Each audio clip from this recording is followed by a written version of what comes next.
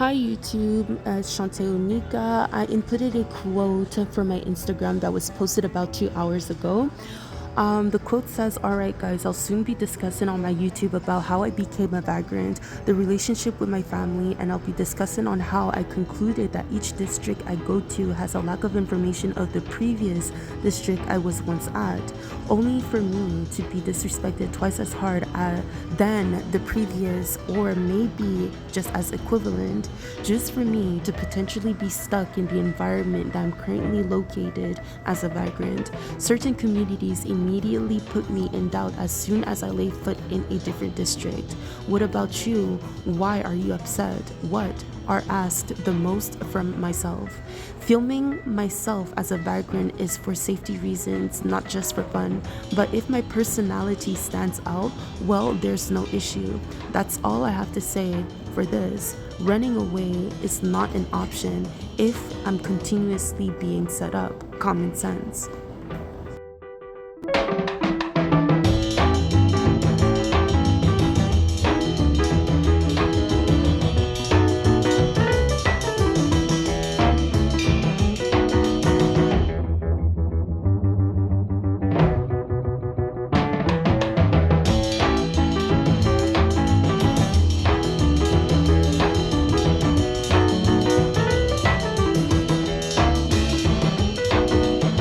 Hey, mama, don't you treat me wrong.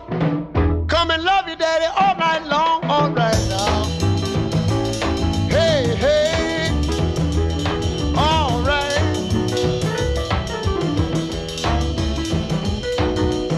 You see the girl with the diamond ring? She knows how to shake that thing, all right now, now, now. Hey, hey, hey, hey.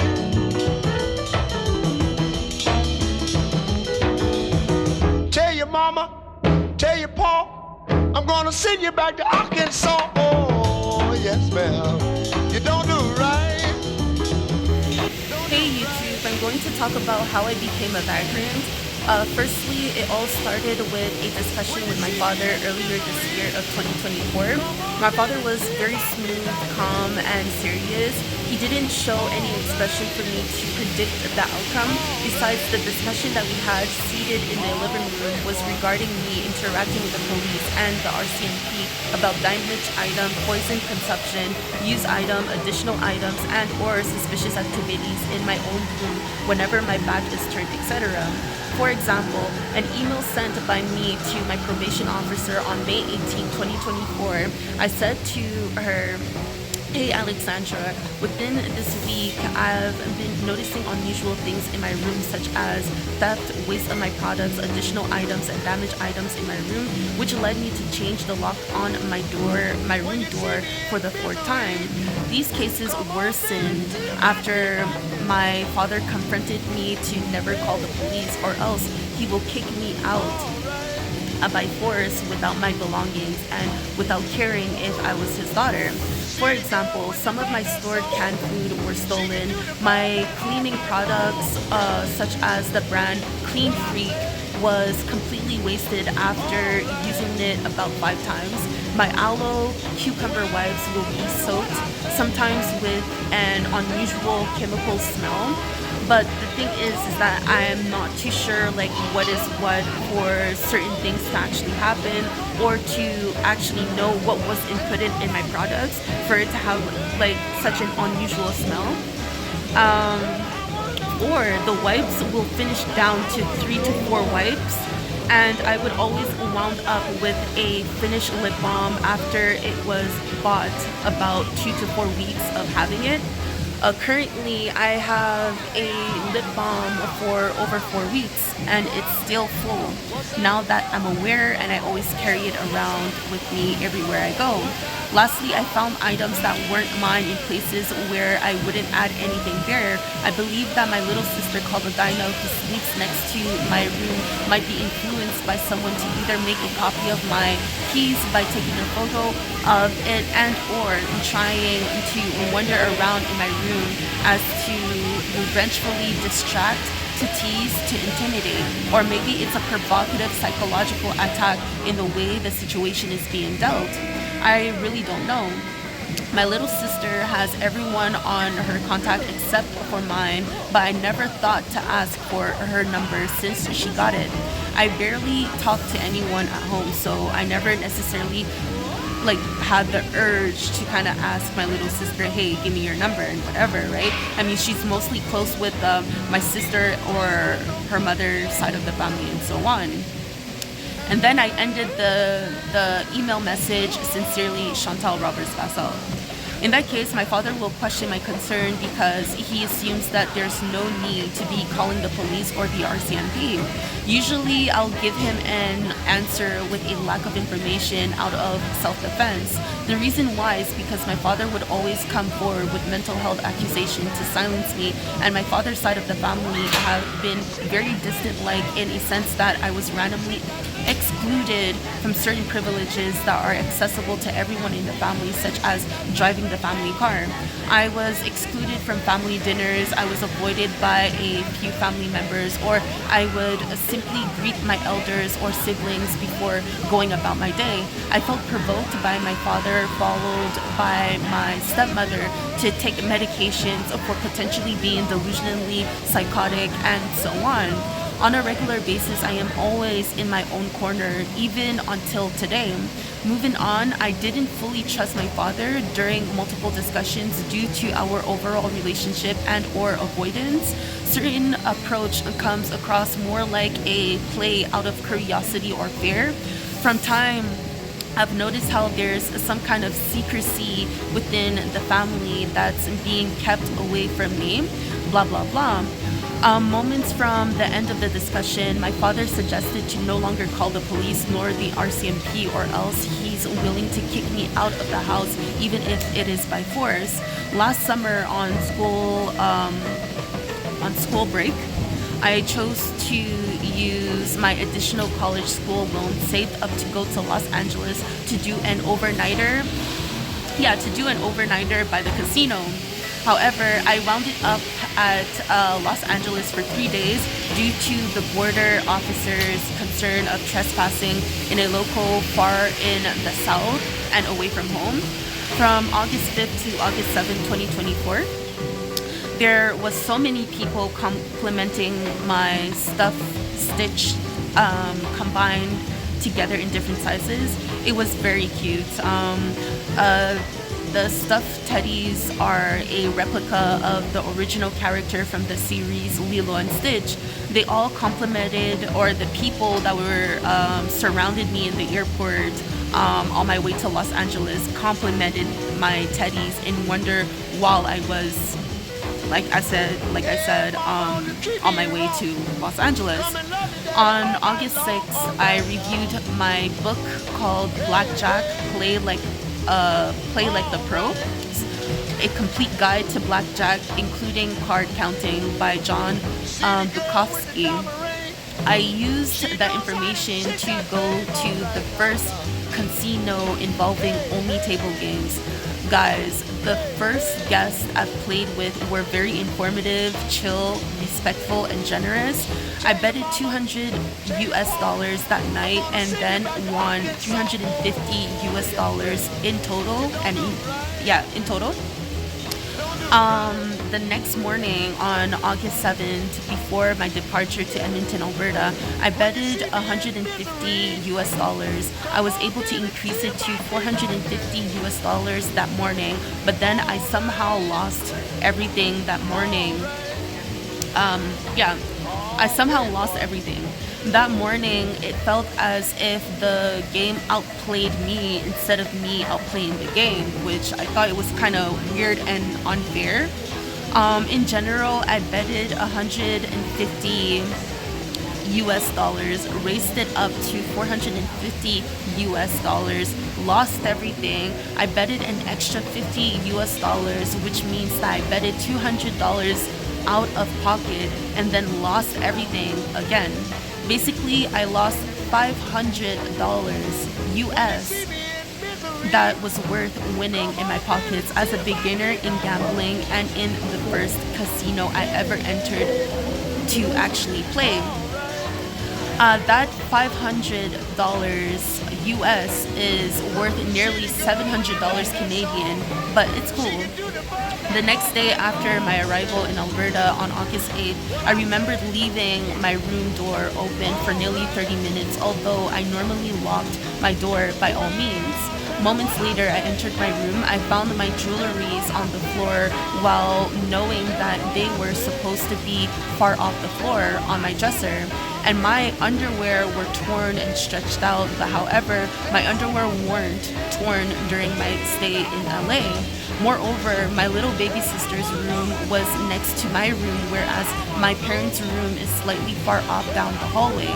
The day of my father was at work along with my stepbrother called Liqua, which is my stepmother's son, and who is the one who has a different father as well. So, he's not family by blood, nor is he like half-blooded and so on. So, but we still like welcome him within the family and consider him as a stepbrother because his mother had a kid with my father and yada, yada, yada, right? And so if I continue, my stepmother was in the kitchen for nearly all day, and my little baby sister was in her room or downstairs in the kitchen whenever she's hungry, blah, blah, blah. At this point, I was fed up of the idea of someone in my household who was continuously trying to play some kind of psychological game as if we had a ghost in the house.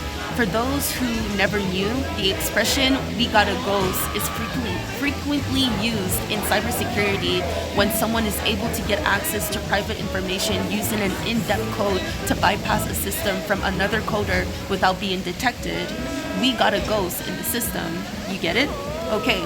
I immediately went downstairs in frustration to ask my 13-year-old little baby sister called Adina, who was eating her hot dogs in the kitchen, and I asked if she was the one fiddling around in my personal belongings. Listen, I was direct and I was demanding someone to come forward with an answer, right? Because I was trying to wonder, like, if someone is troubled or, just confront the person and let them know, okay, you're being troubled by something, and this is the reason why I was acting a certain way. Like, just be mature and step up to the person, you know what I mean? We're all living in the same household, and with these false accusations of me being delusionally psychotic, okay, I just knew that it would just get a hold of me if I were to try to confront the unknown without anyone else trying to speak about it, right?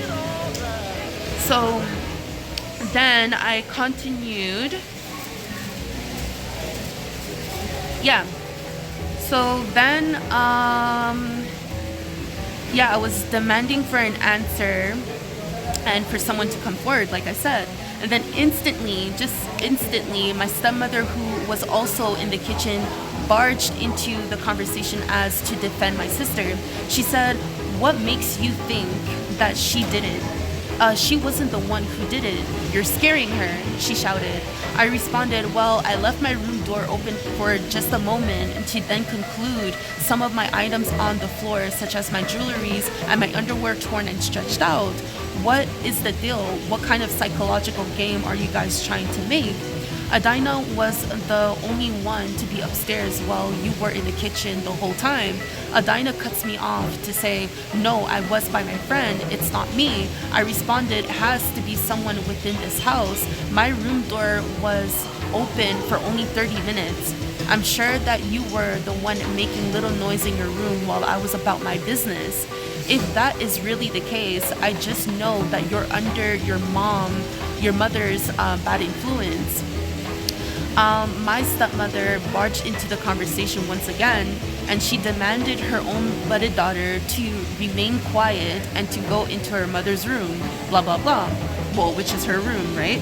She then started to ask what made me think that Adina, out of all people, will do such a thing, even knowing that I have multiple locks on my door, blah, blah, blah. I was immediately convinced that my stepmother was a bad influence to her own blooded children as a form of self-defense based on what is suspiciously going on around the house. I blamed my stepmother and her son from another father that they had something in plan for so long and they're both under some kind of bad influence, which it is the case of leading on my little sister who can be very naive at such a young age, blah, blah, blah. I also explained that my dad was the main provider of the house and that she makes only 20% of what he makes, or compared to what he makes. So it's nearly impossible for her to only sustain the house alone for it to be under her name. You understand? So I believe that case was just impossible, and she was just trying to convince me that she was the owner of the house. And I said that no, my dad was the one to buy the house before either of us within the family, my father's family side, was able to move alongside him, right?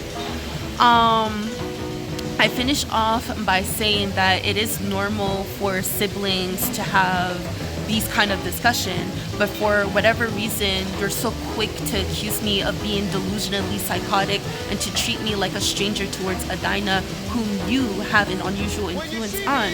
Moments later, she walked into her room while I remained in the kitchen to cook my meal of the day. From time I was expecting a call from my father, which I did, and to only find out that my stepmother chose to make an unnecessary scene by booking a hotel with Adina only. I was immediately confused, and I was also triggered. I was shocked. I was like, why did she book a hotel? If I continue, my dad continues to say that she won't be back in the house until I move out. I was like, where do you expect me to go? With what money, right? It's summer break and I just finished the school year as a full-time student.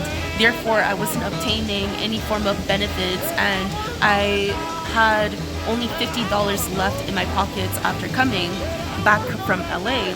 In addition, I was assuming that my father might have been going through some kind of vishing attack, like vishing spelled as, oh sorry, there's a fly. Vishing spelled as V-I-S-H-I-N-G, attack, A-T-T-A-C-K. So yeah, as I said, my father might have been going through some kind of vishing attack, although I played along with the mess that was thrown at me.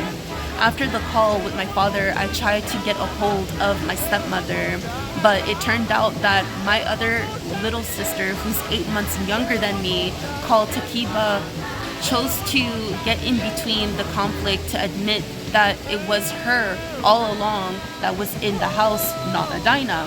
She asked if I saw her in the house. I said no. And besides, if she was in the house the whole time besides my little sister Adina, why haven't Adina mentioned that? And why did she say that she was by her friends? Supposedly that she wasn't, right? And instantly, I filmed the whole house except the basement because the basement was restricted to go downstairs because like I said, my stepbrother was basically living downstairs. He wasn't making any contribution, but he was living downstairs. And then, just to capture my stepmother's escape, right? I told myself that situations like this have never happened to me before with any of my family members. I assumed that Takiba was trying to defend our little sister Adina, which is so weird. I immediately concluded that my dad's side of the family are trying to set me up to kick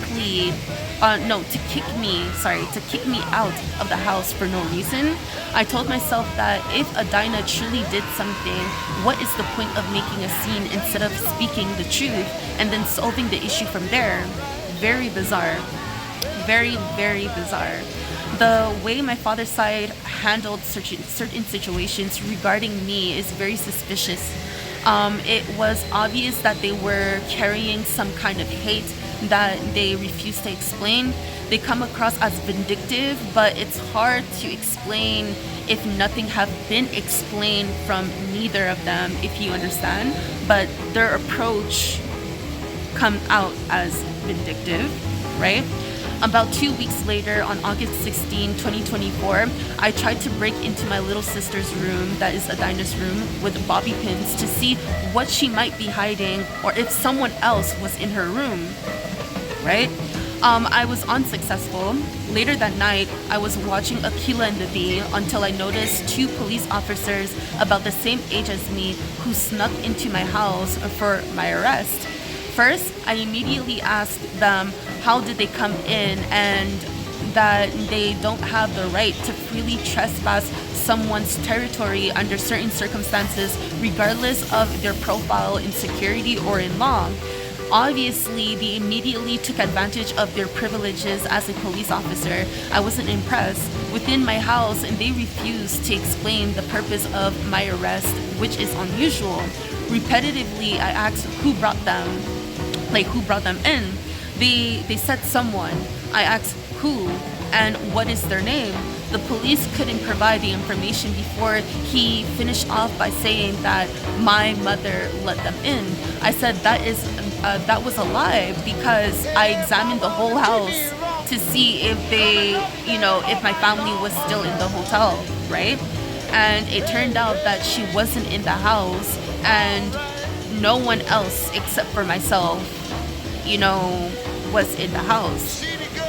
And a few minutes later, I was brought into an undercover cop car. I was strongly in doubt. I believed that I was being set up. By time I was set into the undercover vehicle, he fully explained where I was going to be brought, and that was by the Misericordia Community Hospital in Edmonton, Alberta, to go through a mental disorder examination that is regarding my current situation. Yeah, so basically he said, if your situation is convincing, you're free to go. That said, my situation was convincing, right? The situation between me and my stepmother was convincing, and I was considered to be, the situation was considered to be the norm. In that case, I was free to go the next morning when it was the time, meaning I wasn't considered to be a harm to myself nor to others. Obviously, I've been telling the psychiatrist that if it is obvious that I am not a threat to myself nor to others based on certain situations, I should start having a form of authority against whomever is willing to freely proceed with a mental disoriented case as a mean to degrade me for their sake. From time, this approach is starting to come across as a threat from others to get away with something, and it has been that way since the age of 20, for 6 years now. That's not funny. To be honest, that's really not funny. Like, it's starting to come across as a mockery and a threat, right? By time I went back home, the code for the main entrance was changed. I was in shock. I immediately tried the coding of the garage door. The coding worked. Shockingly, I noticed that a minimal of my items were brought on the edge of the garage door, right? Or by the garage door. They kicked me out. I concluded they kicked me out of the house. I asked my stepmother the reason on why she chose to do so, and then she told me that I'm no longer in the house because I'm always causing trouble. I told her that it was a lie and that she was setting me up for betrayal. I had only $50 in my pocket, and that's not enough to survive on my own, and it's unsafe for someone like myself to be out on the streets on my own if I'm always involved in suspicious activities. From there, I was unexpectedly homeless, right? I was just homeless, had no place to go. And kindly my dad was able to book a 3-day reservation by the closest hotel motel called Travelodge, right? And from there I was I tried to get into income support. Yeah, so during that time, I tried to get into income support, but they suspiciously rejected my contract just because I received a lump sum student loan benefit of around $6,300 Canadian on June 27, 2024, which was 1 month and a half before that time. Either way, the rejection of my income support contract should have never happened. I was told to make an appeal within the next 30 days. However, the appeal was revoked before the 30 days, right?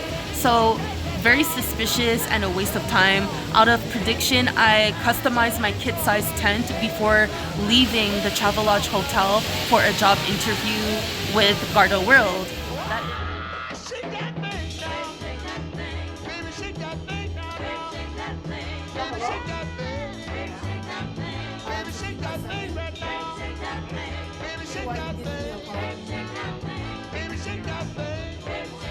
I didn't ask for you. Didn't you not answer Auntie Nancy's phone and refuse to give her phone to her?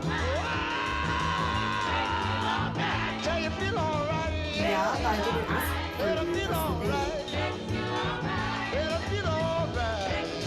Well, yeah, because you had her phone, and I was trying to tell you to give the phone to Auntie Nancy, but you refused. It's as if you wanted me to confront you instead of them. Well, I don't know. You had her phone the whole time when I was telling you to give the phone to Auntie Nancy. Yeah, exactly. But if she was with you and I was giving her a call, why haven't you give the phone to Auntie Nancy? It was just simple, and you hanged up the phone on me. Why was that? Boss you around? It wasn't your phone, Tequila. You have to sound more reasonable. I specifically called Auntie Nancy, and you picked up her phone.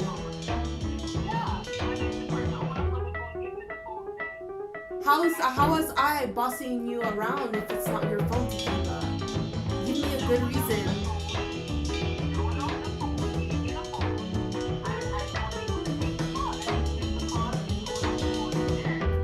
Okay, so you're telling me that Auntie Nancy gave the phone to you when I gave her a call. But you just said that if the owner would have gave you the phone and so on.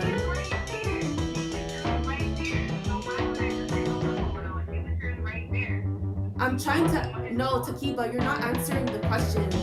Why do you assume that I was bossing you around knowing for a fact that I gave a call to Auntie Nancy, but you picked up her phone? Hey, mama, don't you treat me wrong.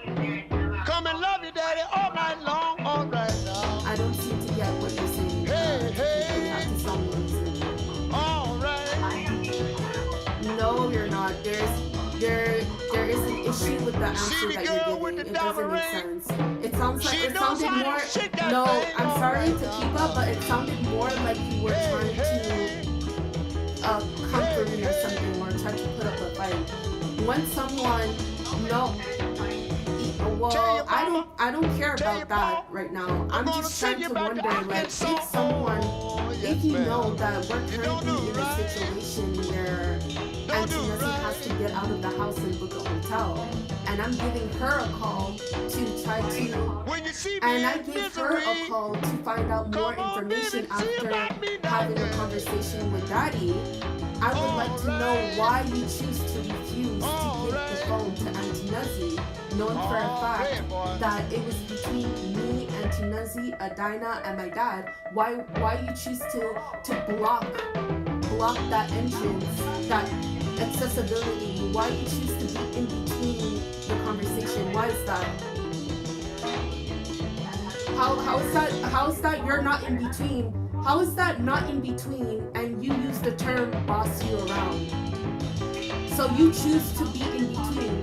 Okay, so let's finalize the conversation from here if you assume that people are bossing you around. When you see me in misery, come on, baby, see about me now. Hello? Hey, hey. Yes, Auntie Nancy, I heard that you booked the hotel. Yeah. With the Dinah? Yeah. only See you the and girl with the Adina? red dress on. She can Is do the Sakiba with ballin' you? all night long. Okay, What I so say? I'm just trying to figure out why you told my dad that Adina always thought that Tell I me was what I a say. virgin. Tell me what I say right now. Tell me what I say. You said that whatever conversation I had with my father doesn't involve you. Tell me what I say. And I wanna know. And I wanna know right now. Well, I'm trying to get your side of the story because I've spoken to my dad, and out of the blue, he's saying that Adina always thought that I was a threat to her. I never laid hands on Adina. And on top of that, each and one of us were, well, mostly me, I'm always in my own corner. And on top of that, me and Adina, we don't know each other like that. Like, the last time, like, I left the house when Adina was, from the age of 5 to 7 years old. Yeah, but, I'm trying to, well, it's not necessarily just on my father's side because it's involving you. You're the one who's putting. Well, yes, of course I accuse Adina, but you guys are making it seem. No, it's not done from there, Antonetti. You're making it, 1 second, you're making it seem as if I'm the stranger in the house. I'm not a stranger in the house. I'm Adina's. Well, you're making it seem that it's an unusual thing for a sibling to accuse each other from something. It's something normal.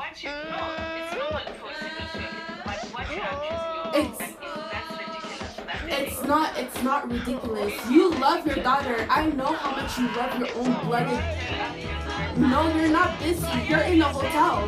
No, you're in a hotel, and you guys are putting me in a shaky position, saying, well, my dad is telling me that you're willing to stay in a hotel until I get out of the house. Where the hell am I supposed to go, on the street?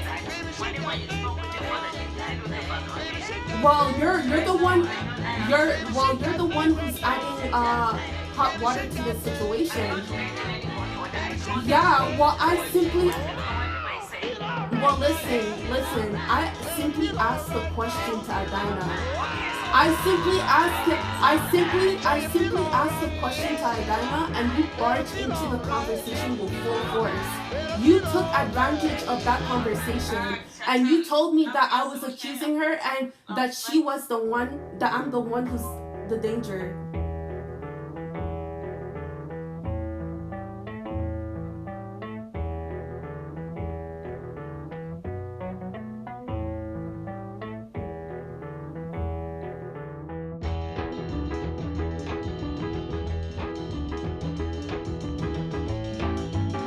Moving on to my first vagrancy in Ottawa, Ontario in 2022, I did notice that there might have had some kind of conflict with certain Muslims with different ethnicities.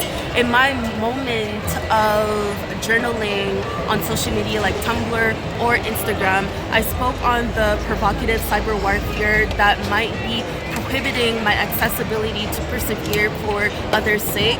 And I did mention the term Muslim as opposed to generalizing all Muslims, which is completely false.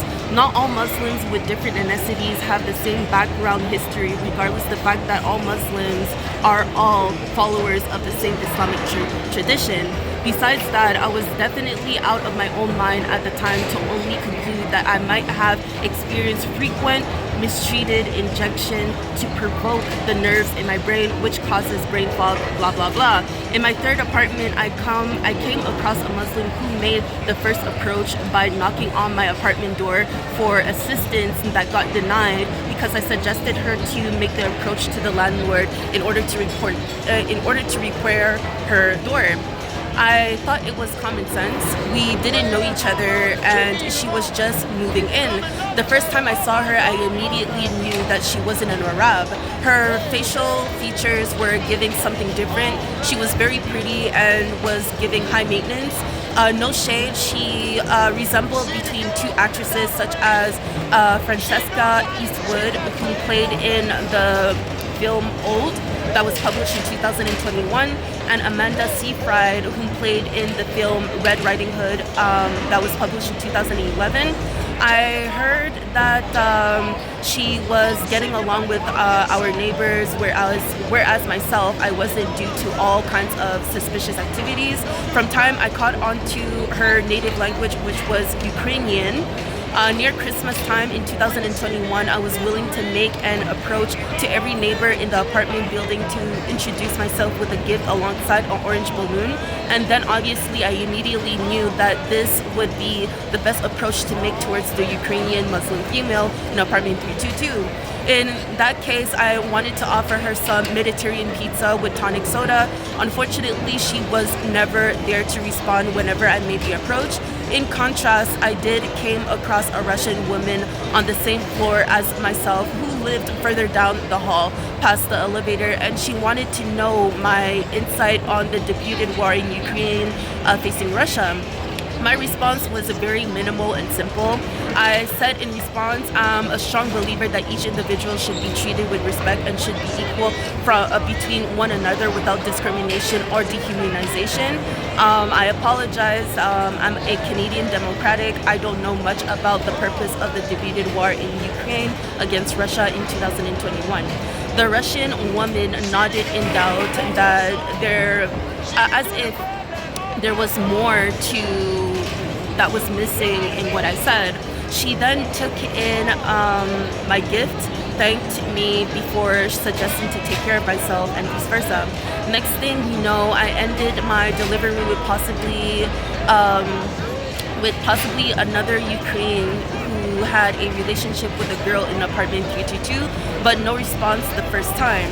That being said, I'll be showing you a clip of the time I was handing out gifts to every neighbor in the apartment building. Moving on to the early Christmas gifts on Tuesday, December 21st, 2021.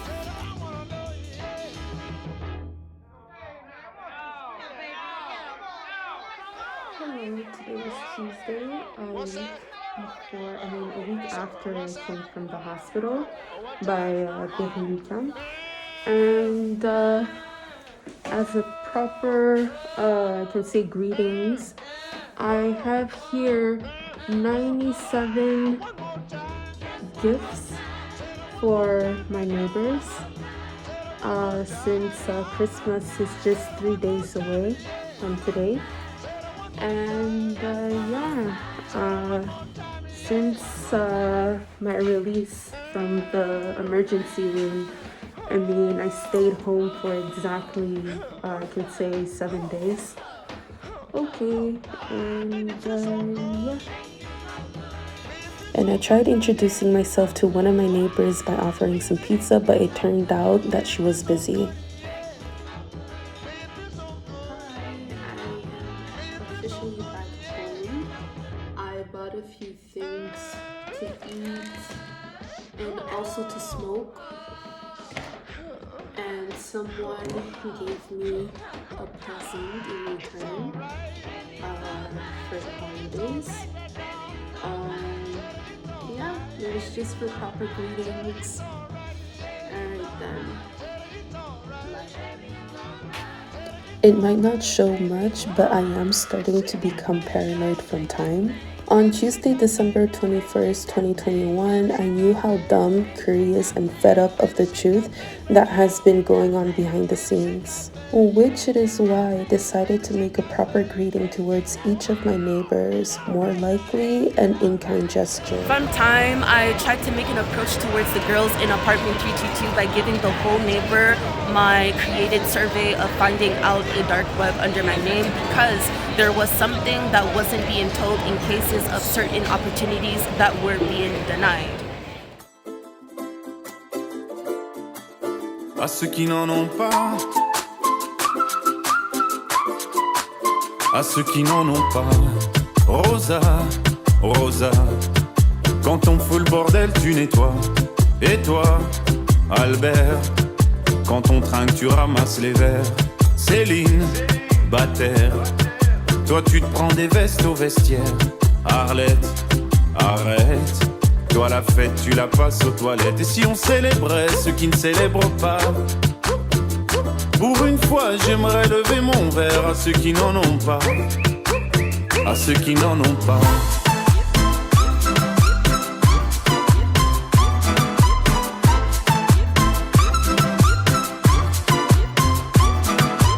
Quoi les bonnes manières? Pourquoi je ferais semblant? De toute façon elle est payée pour le faire. Tu te prends pour ma mère? Dans 1 heure je reviens, que ce soit propre, qu'on puisse y manger par terre. 3 heures que j'attends. Franchement, il est fabrique ou quoi? Heureusement que c'est que de verre. Appelle-moi ton responsable et fais vite, elle pourrait se finir comme ça, ta carrière. Oui, célébrons ceux qui ne célèbrent pas. Encore une fois, j'aimerais lever mon verre à ceux qui n'en ont pas. À ceux qui n'en ont pas.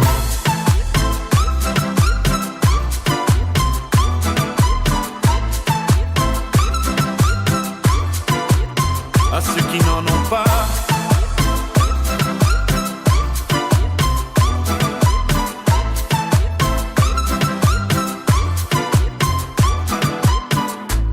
Frotter, frotter, mieux vaut ne pas s'y frotter, frotter. Si tu ne me connais pas, brosser, brosser, tu pourras toujours te brosser, brosser.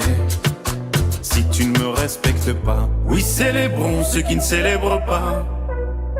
Encore une fois j'aimerais lever mon verre à ceux qui n'en ont pas. À ceux qui n'en ont pas.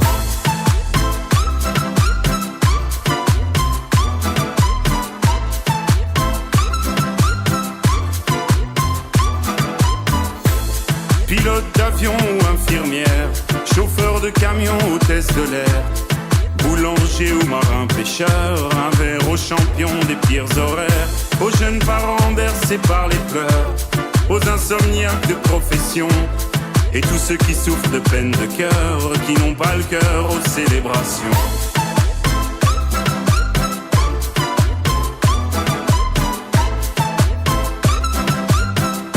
Qui n'ont pas le cœur aux célébrations.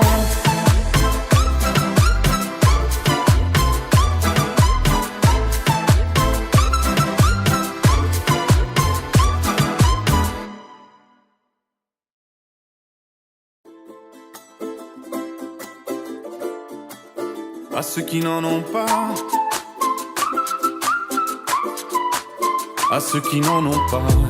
Rosa, Rosa, quand on fout le bordel tu nettoies.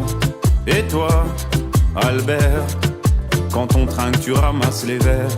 Céline, Bataire, toi tu te prends des vestes au vestiaire.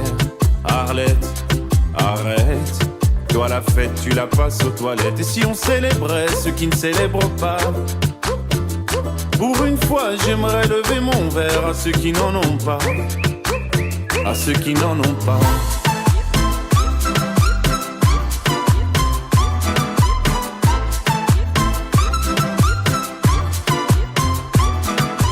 Quoi les bonnes manières? Pourquoi je ferais semblant? De toute façon on les paye. I had in multiple surveys to the girl in apartment 322 with an additional letter by explaining my situation and on how I'd like to be friends, blah, blah, blah. But I never had the chance to make a proper approach. She was never there, nor did she responded back. I stopped by the neighbor living on the left side of me, and she mocked me by responding, "No, I don't know any information regarding the dark web, and I was molested myself." Ha, okay, bye. I looked at her in confusion before rushing into my own apartment. Next thing you know, a few polices appeared by my door to prohibit me to distribute my surveys to others within the building regarding my situation, because one of the tenants just called, just recently at that moment, they called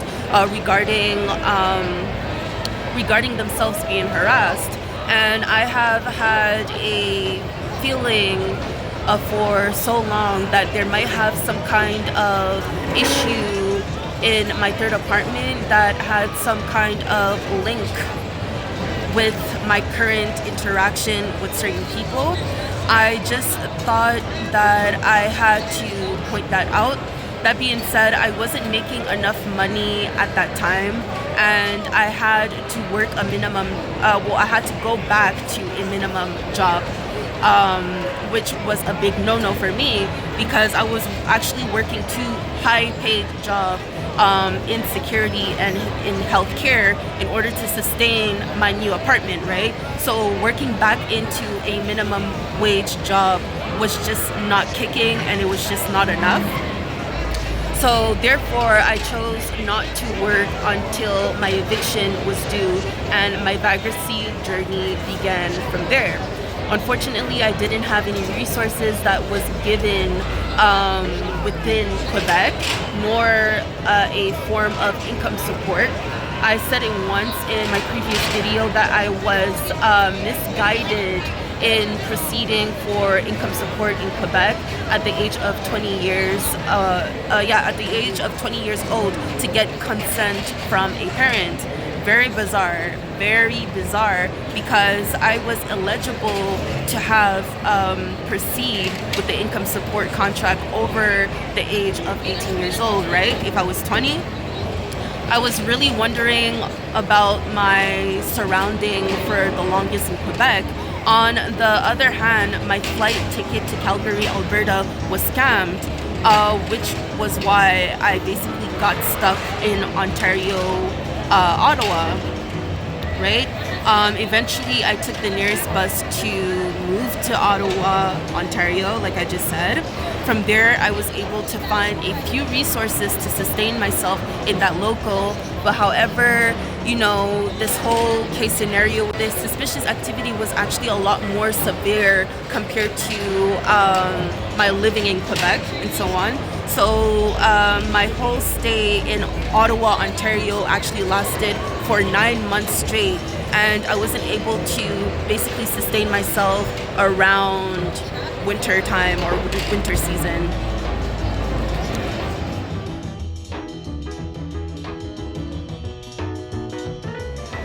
This section of the video, I'll be discussing my approach towards the Indian seats in 2022. During my first experience as a vagrant, I posted the quote on my Instagram that is currently deleted, but I'm willing to say it again for clarity.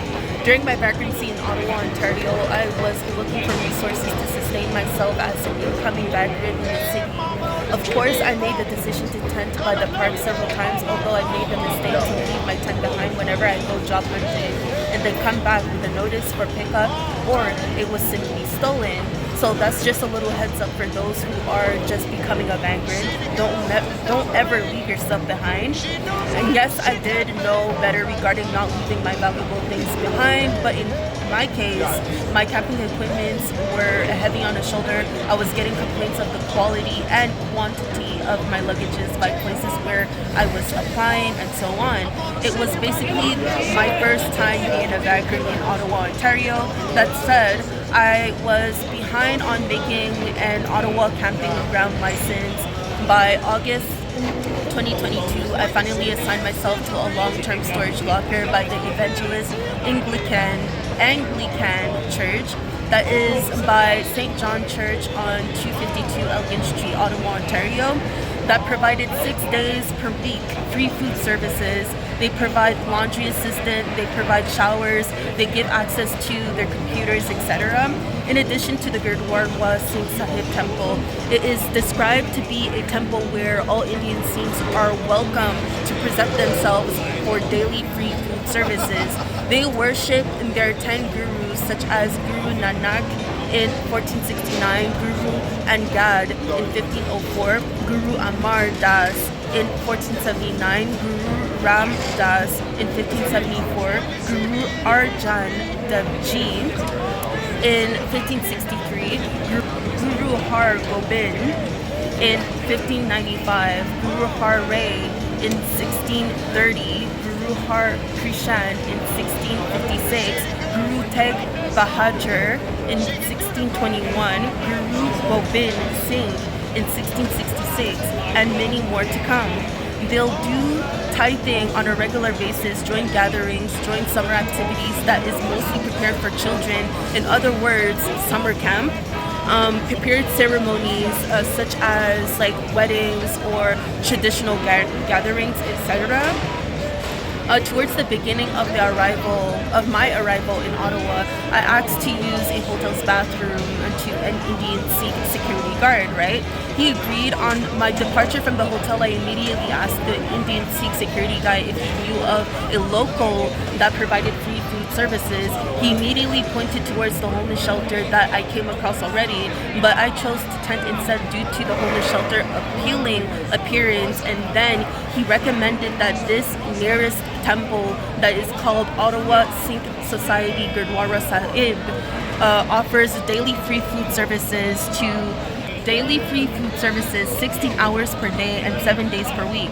I immediately agreed because the coins that I had left was for printing additional copies of my resume by the Ottawa Public Library and so on.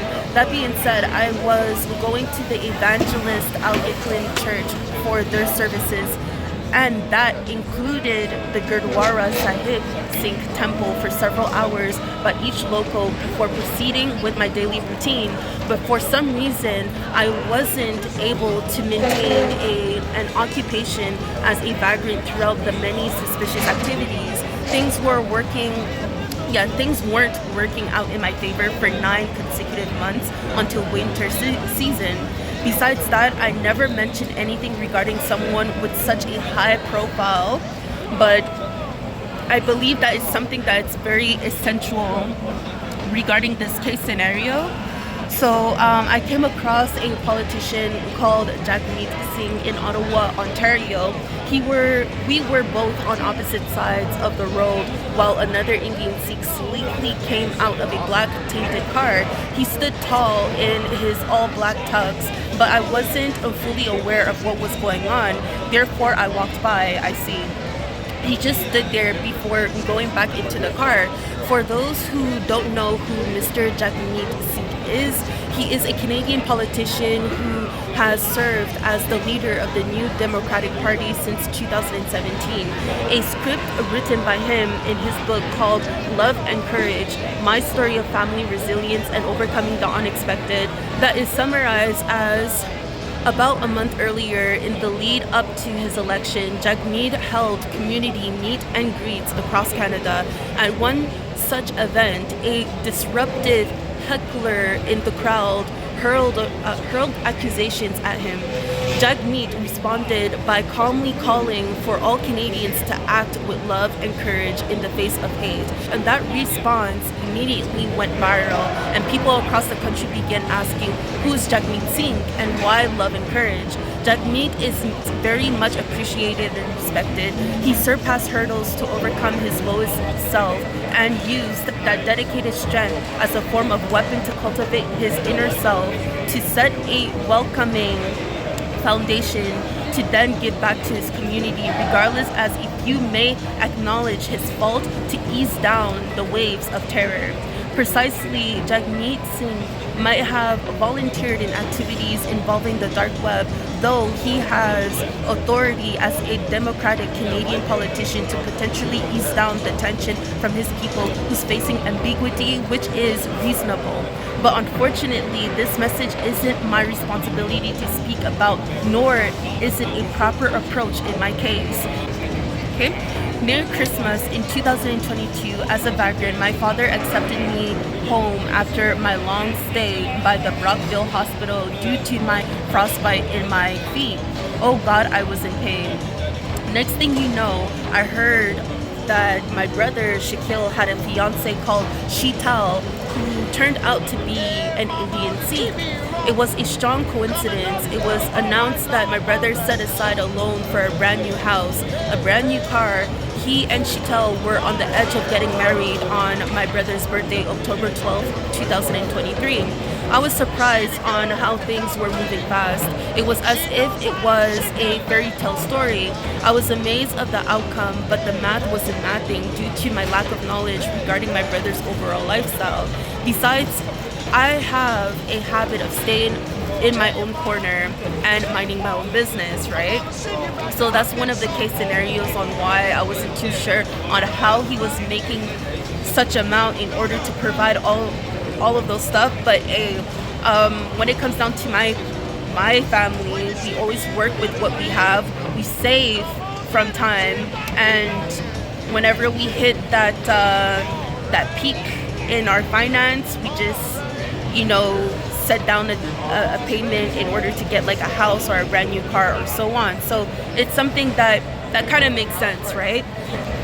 However, I would always cherish our family gatherings as a form of salutation, although I've never been too close with my father's side of the family due to a lack of intimacy, a lack of trust, and unexplained rejection. From there, I'll be inserting clips and images on the day of my brother's marriage ceremony, exactly 1 year from now.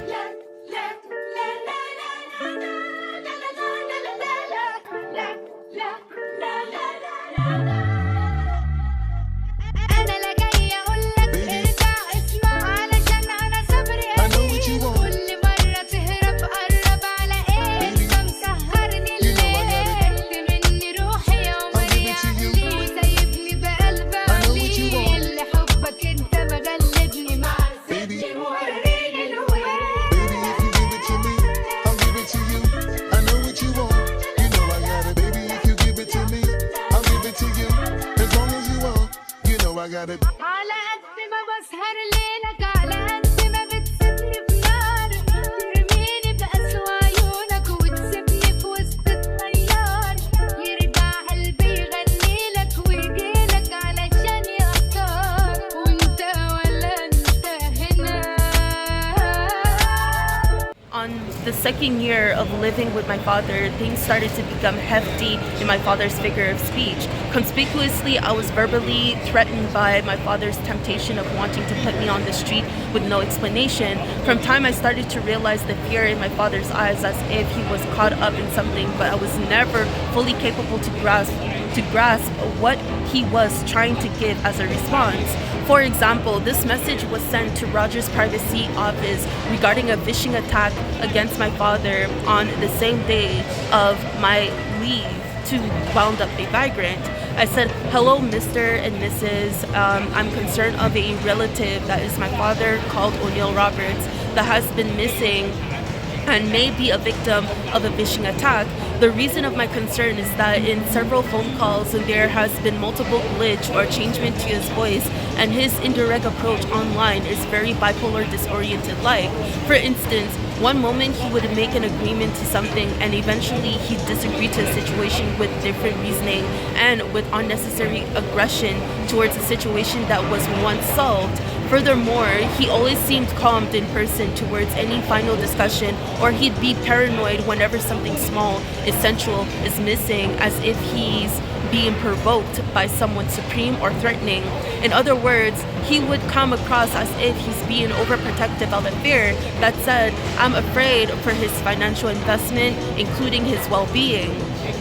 However, I cannot explain further regards this suspicion within the family, which leads to people's aggression, social distancing, and lack of intimacy. Lastly, these approaches happening on his cell phone that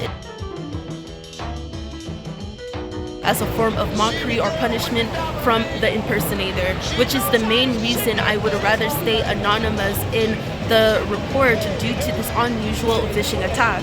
For instance, on Saturday, August 17, 2024, I was discharged by a hospital in West Edmonton, Alberta after 24 hours of my stay in concern of a minor argument with my stepmother. The minor argument was about someone possibly fiddling, destroying my belongings in my room when they had access without my presence, and then I was accused of being delusionally psychotic. That day of my release, I was randomly kicked out of the house against doubtful reasonings. Therefore, I'm trying to reduce my current problem after 2 weeks of coming back from Los Angeles. That is a 3-day travel, right? Including my involvement in a verbal altercation with my stepmother the day after I arrived back home from Los Angeles. I'm currently at risk at being homeless with $50 in my pocket. My email is and my cell phone is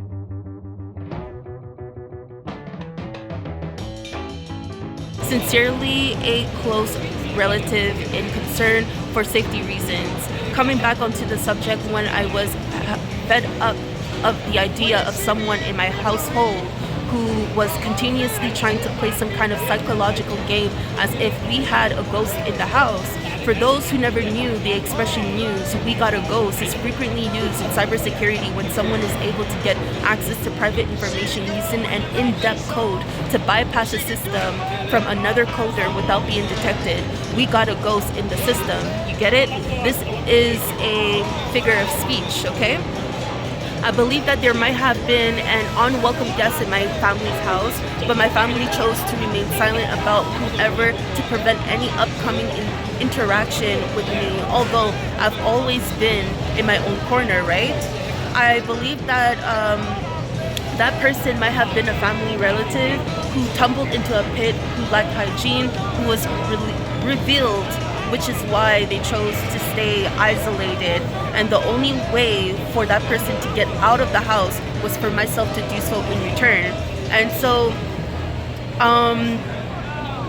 what I just said as a conclusion, right, is basically something that I thought that would be outplayed correctly for whomever that is, bringing some kind of disruption into the family household.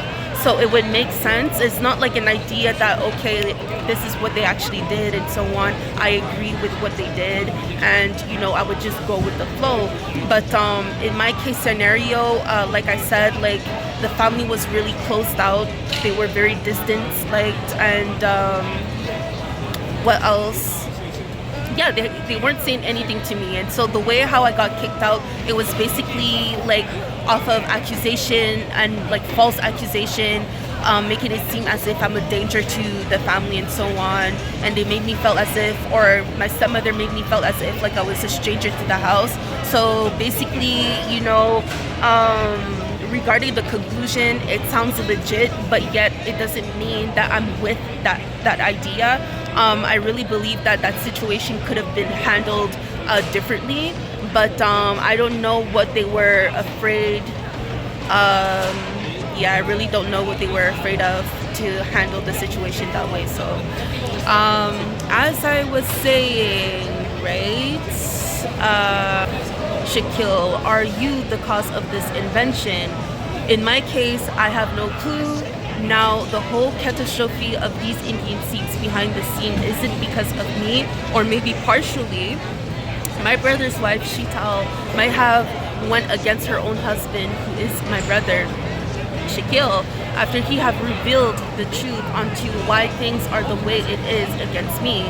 Moreover, Shanteyy was trying to play it safe by leading on certain men from her background to yield me into their bloodline to play safe. However, the major downfall is what's happening to me might have happened to my brother. That said, I'm being used as a form of backup. Sadly, my brother might have fallen ill caused by STD, which might be HIV that was spread from a few participants, including his still-to-be wife, who might have chosen to leap in out of fear and ambiguity. To be honest, I've been going through a direct terror attack myself for the longest out of so many, while unconsciously, and still do not have any memory of the outcome, although I'm aware. That said, speaking on this matter is highly triggering and threatening, especially knowing regards a white female who made an appearance alongside a guy called Kareem Mason in 2018-2019 with such authority. There just might be several mutuals alongside her who might have acted upon certain situations which got them caught up. Personally, I don't know who this white girl with a Louis Vuitton bag and vice versa. In that case, this issue might be fought for a man and my territory. From time, any stranger who freely goes against another stranger without that victim interfering in their lives, there's definitely a psychological corruption that needs to be in control. Therefore, I'll just remain true and professional on this given message to warn people of your approach towards my evolution contained in a high maintenance generated program, the deep web. You might just see me, myself, and I, but so many others. Aggression carries another piece of a puzzle to this revealed story. people, do not come for me because there is actually a lot more to the story than you actually know, okay? There's a lot of resources around you. The way I got most of my resources is by the helpline 211. This helpline works anywhere in Canada. All you have to do is pick up the phone and then call for assistance for additional resources. It doesn't have only to do with homelessness, but if you need someone to talk to or need some goods, you'll know where to go from here. Besides that, I'm quite close with my mother's side of the family. Our love for each other isn't like the general. Our love for each other is quite distance-like, especially that we're all adults. For many years of being away from my mother's side of the family, the number of nieces and nephews are growing beautifully. On the other hand, there's a lot of mixture of different ethnicities within my family history, but not directly linked to me, though I am fully Jamaican, including my siblings. However, we have Mexicans, natives, and Caucasians in the new generation of our family tree. I truly do not have much to say regarding my mother's side of the family due to not being as close as we used to when the most of us were kids. Lastly, I believe that they have been silent for so long about my case scenario, just like everyone else. Now we all are reaching to the point where many of us are affected, which led them to be, I don't know, anonymous, which led them to change their contacts. That said, I mean, I did try to interact with them a few days back and just yesterday, and it turned out that all of their contacts are different. They're all changed, and some of them on my father's side have blocked my number, and that's just when I became a vagrant. I mean, there wasn't any serious problem that was caused for them to actually block me, or I don't know why, but I just believe that there's something like behind the scene that's just, I don't know, that have an effect on several of us, and yeah, that's it.